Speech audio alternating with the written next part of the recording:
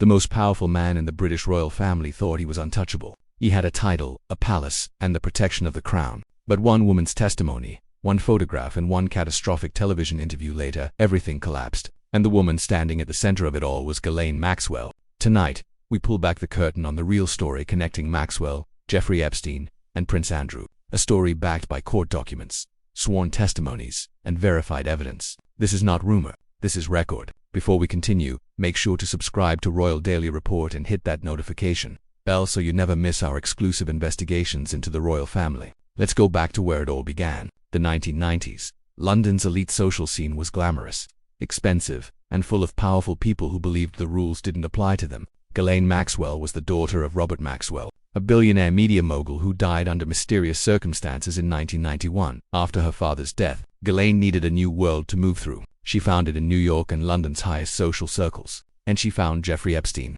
Epstein was an American financier with a mysterious fortune and an even more mysterious lifestyle. Nobody could quite explain how he got so rich or why so many powerful people wanted to be near him, but they did. Politicians, businessmen, celebrities, and yes, members of the British royal family. Ghislaine Maxwell became Epstein's closest companion. Some called her his girlfriend. Some called her his partner. Courts would later call her something far more serious, his recruiter. And somewhere inside this glittering, dangerous world stood Prince Andrew, the Duke of York, Queen Elizabeth's second son. Andrew and Epstein's friendship is not speculation. It is documented, photographed, and confirmed. The two men met in the early 1990s, introduced through Ghislaine Maxwell herself. What followed was a friendship that lasted nearly 2 decades. Andrew visited Epstein's homes multiple times. He stayed at Epstein's Manhattan mansion on at least one documented occasion in 2010. After Epstein had already served prison time for soliciting a minor. That visit alone raised enormous questions. Why would a senior royal continue spending time with a convicted sex offender? Andrew's own answer to that question would later become one of the most mocked and disbelieved explanations in modern royal history. But before that disaster, there was Virginia Giuffre. Virginia Roberts Giuffre was one of the women who came forward with detailed allegations against Jeffrey Epstein and his circle in sworn legal testimony. She stated clearly and specifically that she had been trafficked by Epstein and Maxwell and that she had been forced to have sexual encounters with Prince Andrew on 3 separate occasions. The first allegedly took place in London, the second in New York, the third on Epstein's private island in the Caribbean. She was 17 years old at the time of the first alleged encounter. Andrew denied everything, completely, firmly, repeatedly. But then came the photograph, a single image taken inside Ghislaine Maxwell's London home. In it, a teenage Virginia Giuffre stands next to Prince Andrew, his arm wrapped around her waist. Ghislaine Maxwell is visible smiling in the background. Andrew's team could not explain the photo away. They tried. They suggested it might be fake. They questioned its authenticity. But no credible evidence of manipulation was ever found. The photo remained, and it remained damaging. In November 2019, Prince Andrew made a decision that his advisors, his family, and the entire watching world would later describe as a catastrophic mistake. He agreed to sit down for a live television interview with the BBC. The interviewer was Emily Maitland. The program was Newsnight, and what followed was 60 minutes of television that effectively ended Andrew's public life. He was asked about Epstein. He defended their friendship. He was asked about Virginia Giuffre's allegations. He denied them. He was asked why he had visited Epstein in New York in 2010 after Epstein's conviction. Andrew said he had gone specifically to end the friendship in person because it was, in his words, the honorable thing to do. He was asked if he regretted the friendship. His answer shocked millions of viewers. He said the friendship had given him the opportunity to meet a number of people and that some of those opportunities had been, in his words, very useful. Then came the alibi. Virginia Giuffre had stated that on one of the alleged occasions, Andrew had taken her to a London nightclub called Tramp, danced with her and was sweating heavily. Andrew's response to this became instant international news. He told the interviewer that he had a medical condition at the time that meant he could not sweat. He then offered an alibi for the specific night in question, claiming he had spent the evening at a Pizza Express in Woking with his daughter. A Pizza Express in Woking. The alibi was so specific, so unusual and so difficult to verify that it became a global joke overnight. The interview did not help Andrew. It destroyed him. Within days, the Queen's own communications team began distancing the palace from him. His royal duties were suspended. His military titles were placed under review. Charities and organizations began cutting ties with him one after another. His decades of royal work collapsed in under a week. Meanwhile, Ghislaine Maxwell's own legal situation was becoming increasingly serious. Maxwell had been living quietly after Epstein's arrest in 2019.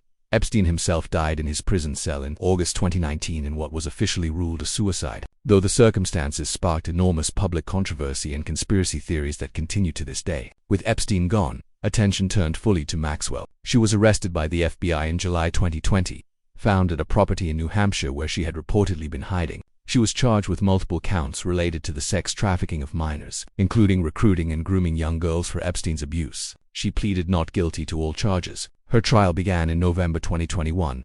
Over several weeks, multiple women testified about how Maxwell had approached them when they were teenagers, built their trust, and then introduced them to Epstein's world of abuse. The testimony was detailed, consistent, and deeply disturbing. In December 2021, the jury found Ghislaine Maxwell guilty on 5 of the 6 counts against her. In June 2022, she was sentenced to 20 years in federal prison. The woman who had moved through the highest levels of society, who had stood smiling in that photograph beside a British prince, was now a convicted sex trafficker. Prince Andrew was not called to testify at Maxwell's trial, but his name appeared repeatedly throughout the proceedings. Virginia Giuffre had filed a civil lawsuit against him in the United States, and the legal pressure on Andrew was growing by the month. In January 2022, King Charles, then still Prince of Wales, along with other senior royals, made a collective decision. Andrew's remaining military titles and royal patronages were formally removed. He was stripped of his Royal Highness title in any official capacity. He would no longer represent the crown in any public or official role. The announcement was made in a single cold official statement. It contained no warmth, no defense, and no promise of return. 1 month later, in February 2022, Prince Andrew reached a financial settlement with Virginia Giuffre. The terms included a reported payment of $12 million. The settlement contained no admission of guilt. Andrew released a statement expressing regret for his association with Epstein and pledging support for victims of trafficking. It was carefully worded. It acknowledged nothing specific, but the payment itself said something the words did not. Today, Prince Andrew lives at Royal Lodge in Windsor. He holds no official royal role. He carries no military titles. He represents no charity or institution. The man who was once one of the most prominent members of the British royal family now exists at its outermost edge, and at the center of his downfall, documented in court records, sworn testimonies, and one devastating photograph, is his connection to Ghislaine Maxwell and Jeffrey Epstein. Maxwell sits in a federal prison in the United States, serving her 20-year sentence. She has appealed her conviction. The appeals have so far not succeeded. She has hinted in interviews conducted through her legal team that there are powerful people whose names have never fully come to light. She has suggested that the full story of Epstein's network has never been completely told.